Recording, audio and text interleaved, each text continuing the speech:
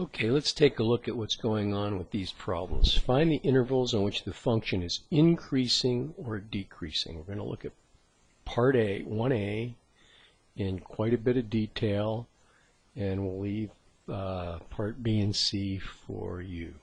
Okay, so here I've gone to Desmos and graphed the function f of x equals 5 minus 12x plus x cubed.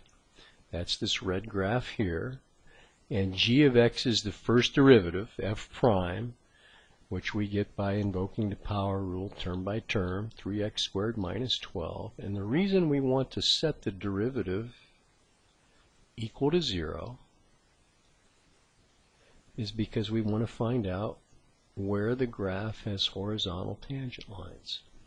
So I could divide every term by 3 here, or I could say 3x squared equals 12, and then divide both sides by 3, and then take the square root of both sides, and we get x equals plus or minus 2. And those are called critical numbers.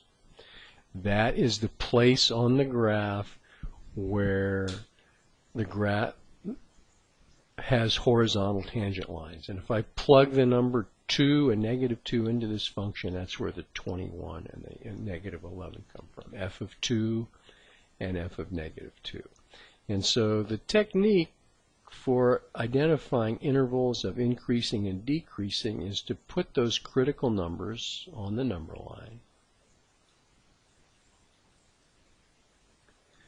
Put an f prime down here and an f down here.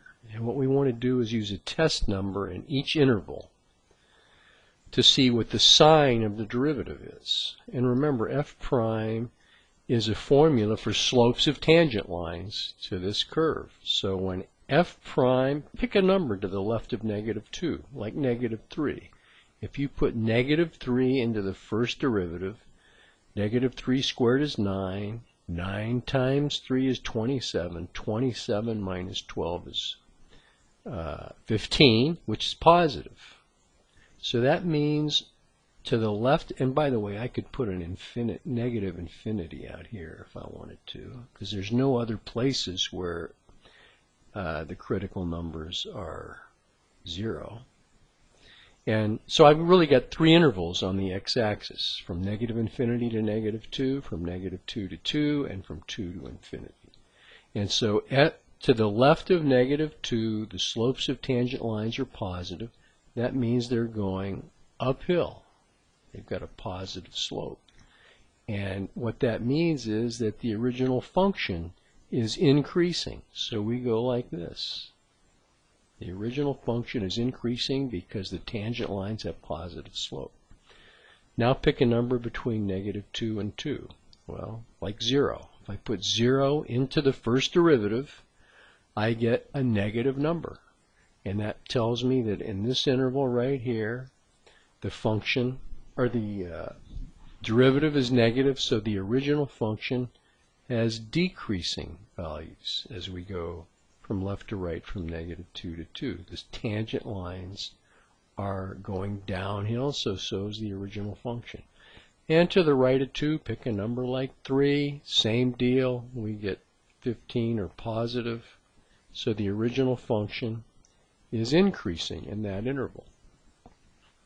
And so these arrows tell us whether we have a turning point at these critical numbers. Since the function went from increasing to decreasing at negative 2, we have a maximum, a local maximum right here. And we have from decreasing to increasing, this is a local minimum.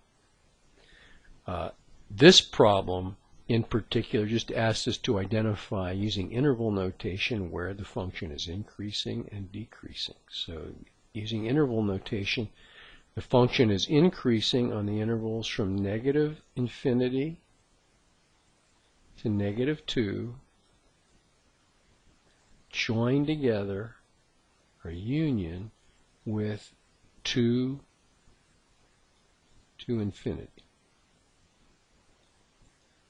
And the function is decreasing on the interval from -2